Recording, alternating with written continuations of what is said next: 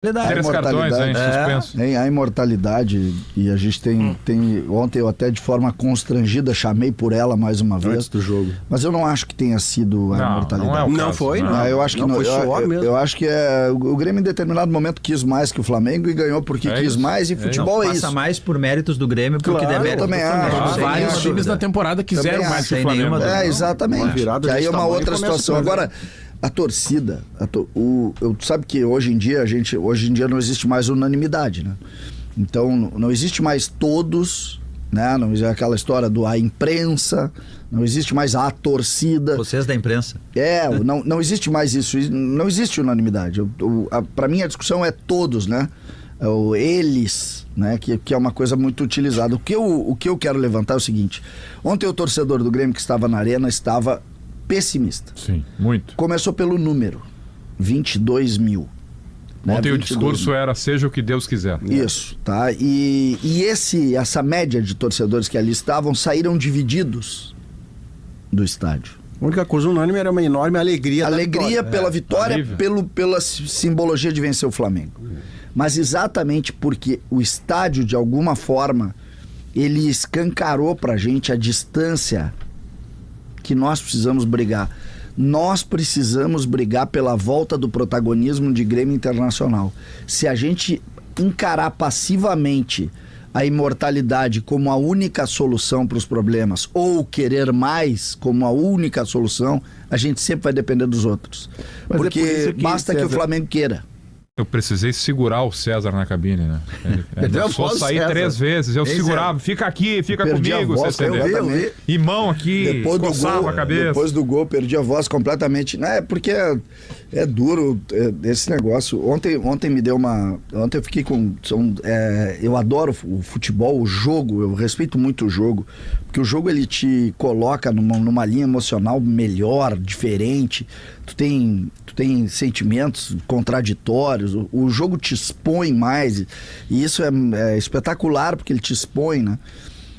O primeiro tempo do jogo ontem, Guerrinha, a sensação que eu tinha é que era um time grande e um time pequeno. O Flamengo tá muito na frente do Grêmio. Não é pouco, gente, é muito na frente do Grêmio. E me deu uma sensação, sabe aquela história, Léo, que a gente fala tanto tem que cuidar para não criar as diferenças muito grandes, para não virar Real Madrid. Eu tava com essa sensação ontem. Que nós em pouco tempo, nós vamos ver um Flamengo que não vai mais perder no Brasil. César? Mas perdeu, né? Perdeu muito. Pois é, mas é sobre isso, tá? O Flamengo ontem, em determinado momento do jogo, ele perdeu para a superação do Grêmio, assim como times, Real Madrid perde e vai perder, vai continuar perdendo. Eu tô dizendo a média é muito maior. Eles têm 4 vezes a folha do Grêmio. Eles têm uma estrutura de clube hoje que tu pode deixar 4 ou 5 jogadores que seriam titulares em todos os clubes do Brasil no banco de reservas. E isso me assustou. Aí esse foi o primeiro sentimento que eu tive. O sentimento que é um sentimento de inferioridade. Mas eu acho perigoso isso. Porque a gente pode acabar entrando... por exemplo, hoje tu teve esse sentimento porque o time do Grêmio hoje não é qualificado como... Eu só quero deixar claro que eu não quis ter esse sentimento. Não. Eu só tô tentando... Tô aqui fazendo uma terapia contigo, praticamente. Sim. Esse sentimento veio porque o time do Grêmio não é um time confiável. Pode ser. Não é um time, daí porque, olha só, a gente vê, o líder do campeonato é o Botafogo, né, que não se aplica ao que é Palmeiras e Flamengo. O vice é o Bragantino, né, porque é um time organizado, que funciona. A final da Libertadores tá o Fluminense e o Boca Juniors. Ou seja, porque são times que de certa forma se organizaram e conseguiram chegar à frente de Flamengo e de Palmeiras. O grande ponto, eu concordo contigo que existe uma disparidade. Isso é evidente. O Flamengo é um clube bagunçado nos últimos tempos, aí trocou de treinador. Eles ganharam 2 Libertadores, 2 Campeonatos Brasileiros e uma Copa do Brasil no período desorganizado deles. Mas não era um time com tanta aparência de fim de ciclo, CCD. Eu já tive essa tua impressão, mas depois de ver o Gabigol entrar daquele jeito relaxado ontem... Não, eu sei. Everton Ribeiro... Eu acho que em determinado momento do jogo, o Renato foi brilhante.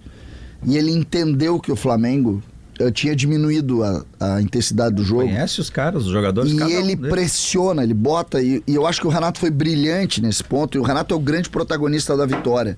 Mas eu não tô falando do jogo pontual.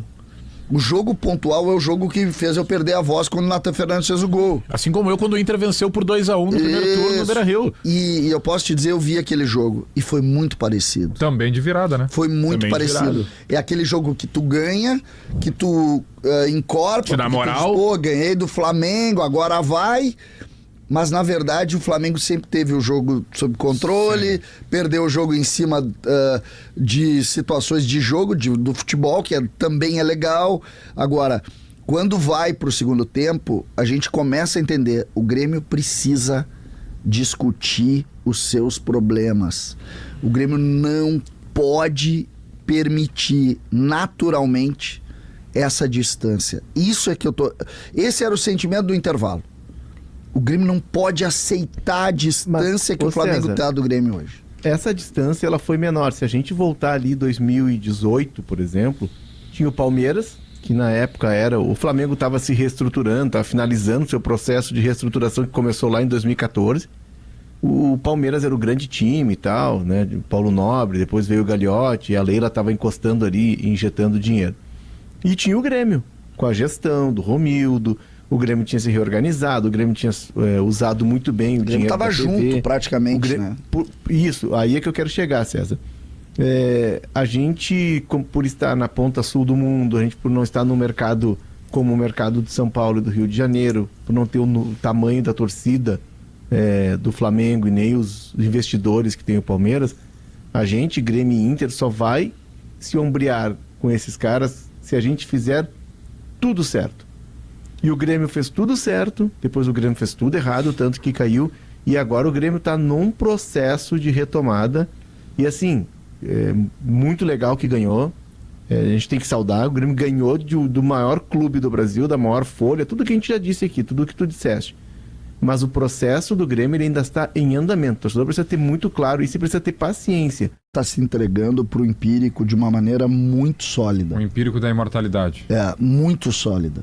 Eu vi uma entrevista com o John Textor, que é o gestor lá do Botafogo.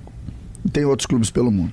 Ele falou que a folha que ele pode comportar no Botafogo, que ele pode imaginar no Botafogo, não pode superar 12 milhões. É um negócio. Uhum. Então, até 12 milhões dentro da distribuição de verba do futebol brasileiro eu posso suportar.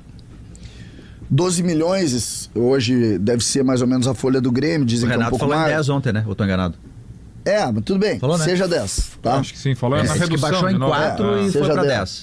Na era semana 14, passada era 10. 15, ontem foi, e inclusive usou a expressão acredita quem quer. Não tem problema, a gente acredita com o que o Grêmio divulga, né? A única coisa que a gente pode acreditar é que quando o Grêmio divulga o balanço, quando tiver o outro balanço a gente vai poder acreditar ou não. Mas com relação a esse modelo, me parece que a gente gasta muito. E quando a gente gasta muito, vem a tua resposta, que é um clube como o Grêmio, como o Inter, ele não pode errar em nada. Não pode. Qualquer errinho, É uma por dívida exemplo, enorme. uma contratação ruim que te custa 800 mil por mês, Buraco. acabou. É isso. Acabou, tu não vai ganhar.